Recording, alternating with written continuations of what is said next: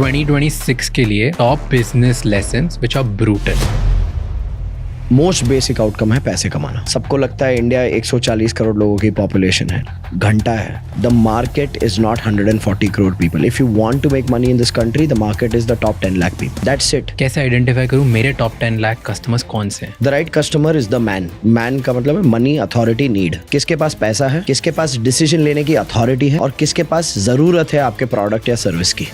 World में business start करना तो बहुत ईजी है, लेकिन सही बिजनेस कौन सा है, सही बिजनेस आइडिया कौन सा है? अगर बिजनेस स्टार्ट कर दिया तो उसको 10x लेवल पे स्केल कैसे करते हैं, लाखों करोड़ों रुपए कमाते कैसे हैं, प्राइसिंग कैसे फिक्स करते हैं, स्ट्रैटेजीज कैसे बनाते हैं, मार्जिन कैसे एक्सपैंड करते हैं, मार्केटिंग कैसे करते हैं, ओवरऑल बिजनेस को एक्सपैंड कैसे करते हैं, इसमें बहुत प्रॉब्लम्स आती है।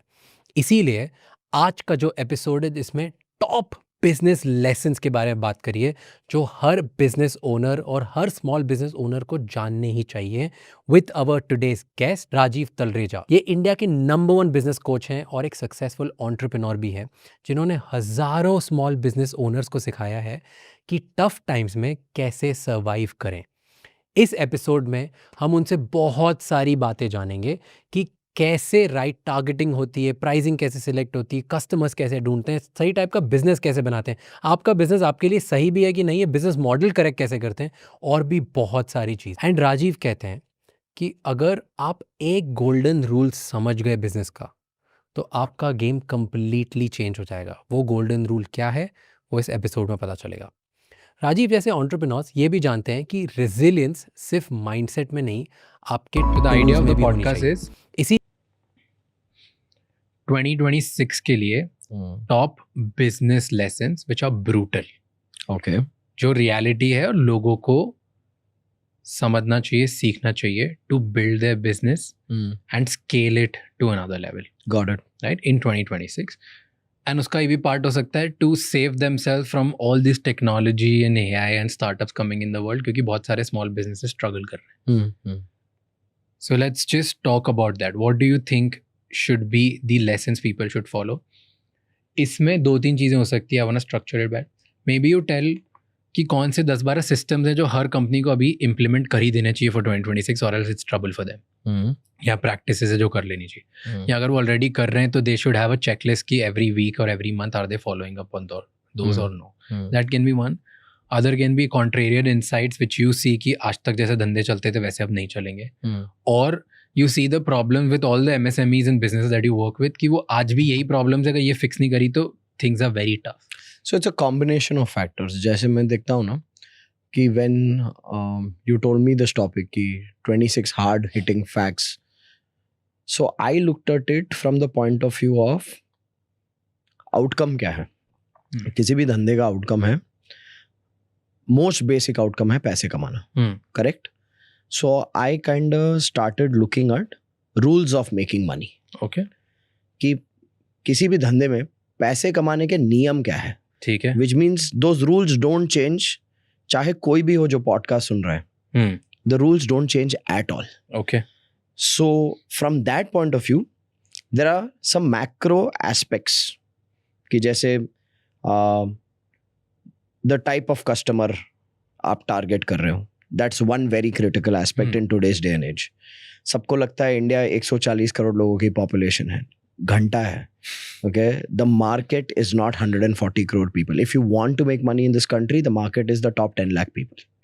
That's it. That's it. सिर्फ 10 लाख लोग हैं कंट्री में to make money.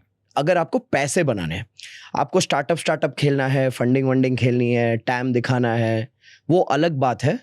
But there end of the road profit very very rare. Like I would say the Zomatos, the Swiggys are outliers कि ये जिंदा रहेंगे, इनकी वैल्यूएशन बढ़ती जाएगी, ये प्रॉफिटेबल होंगे, वो मुझे नहीं दिखता। Zomato is profitable. हाँ, but it's like a never ending burn will happen, right? So the way I would say is I'm not talking about outlier entrepreneurs like Dipender. I'm talking about normal people like me and you.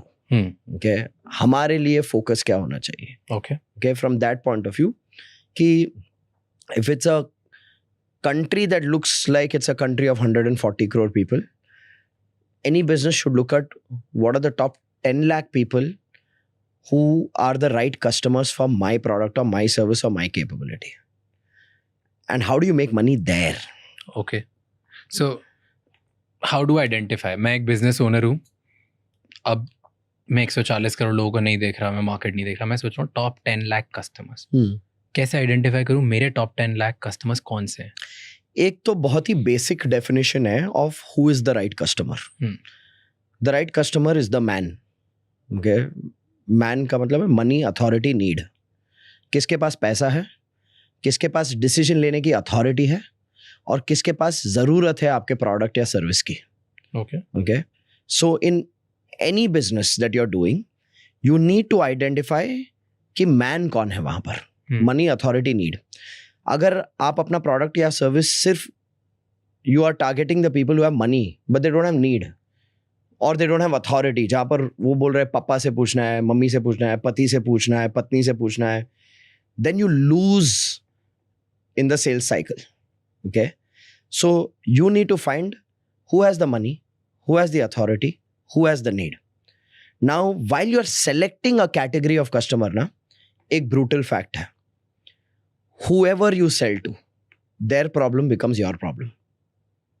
जिसको भी आप बेचोगे, उनकी problems आपकी problem बनेंगी. For example, I can be selling boats to fishermen. ठीक है? और I can be selling yachts to millionaires and billionaires. Boat और यॉट दोनों पानी पे चलते हैं. ओके, उन दोनों के कॉन्सेप्ट को एक्सप्लेन करने के लिए जो स्किल चाहिए, नॉलेज चाहिए, सेम ही है. बट अगर मैंने अपना बिजनेस ऐसे बनाया कि I am selling boats to fisherman, तो मछुआरे के प्रॉब्लम मेरे प्रॉब्लम हो जाएंगे. उसका प्रॉब्लम क्या है?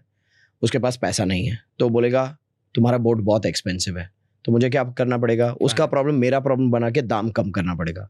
मैं दाम कम करने के बाद भी, अपना प्रॉफिट कॉम्प्रोमाइज करने के बाद भी अगर उसके दाम पे बेचने के लिए रेडी हो जाऊंगा, उसके पास फिर भी पैसे नहीं है, तो वो क्या बोलेगा कि मेरे पास इतने पैसे नहीं है, अभी तुम थोड़ा लो, बाद में सब EMI में लो. अब उसकी प्रॉब्लम मेरी प्रॉब्लम. अब मैं उसको एक छोटे डिपॉजिट अमाउंट पे बोट डिलीवर कर देता हूँ, फिर हर महीने जाता हूँ कलेक्ट करने के लिए. उसकी प्रॉब्लम अभी भी क्या है? पैसा नहीं है. उसके पास पैसे नहीं है. अब उसकी प्रॉब्लम मेरी प्रॉब्लम. उसको देनी है इंस्टॉलमेंट 10,000 रुपये, वो दे रहा है 3,000 रुपये. अब अगर मैं यही अपना नॉलेज और स्किल कि पानी पे तैरने वाले वाहन को बेच रहा हूँ, यॉट को बेच रहा हूँ एक मिलियनेयर या बिलियनेयर को. एक मिलियनेयर और बिलियनेयर की प्रॉब्लम क्या है? वो बोलेगा कि सबसे प्रीमियम सेगमेंट वाला दिखाना, सबसे अच्छा ब्रांड वाला दिखाना, यॉट में कुछ ऐसा होना चाहिए जो मैं अपने फ्रेंड्स को दिखा सकूं, शो ऑफ कर सकूं. या वो पूछेगा बिटकॉइन में पैसे लोगे क्या, या वो पूछेगा USDT में ट्रांसफर लोगे क्या. ओके, या वो बोलेगा तुम इतने में मुझे बेच रहे हो, मैंने अपने दोस्तों को इसका 1.5 टाइम्स प्राइस दिया है, अगर मैं कोई रेफरल दूं तो मेरे दोस्तों को उसी प्राइस पे बेचना. तो उसकी प्रॉब्लम मेरी प्रॉब्लम बन गई. नाउ ये जो एक सिंपल बेसिक प्रिंसिपल है कि आप जिसको भी अपना प्रोडक्ट या सर्विस बेचोगे, उसकी प्रॉब्लम आपकी प्रॉब्लम बनेगी. अगर हर कोई बिजनेस ओनर अपने बिजनेस को और अपने कस्टमर को इस व्यू से देखना शुरू करे, उनको समझ में आ जाएगा कि उनके बिजनेस में जो प्रॉब्लम्स हो रहे हैं वो क्यों हो रहे हैं.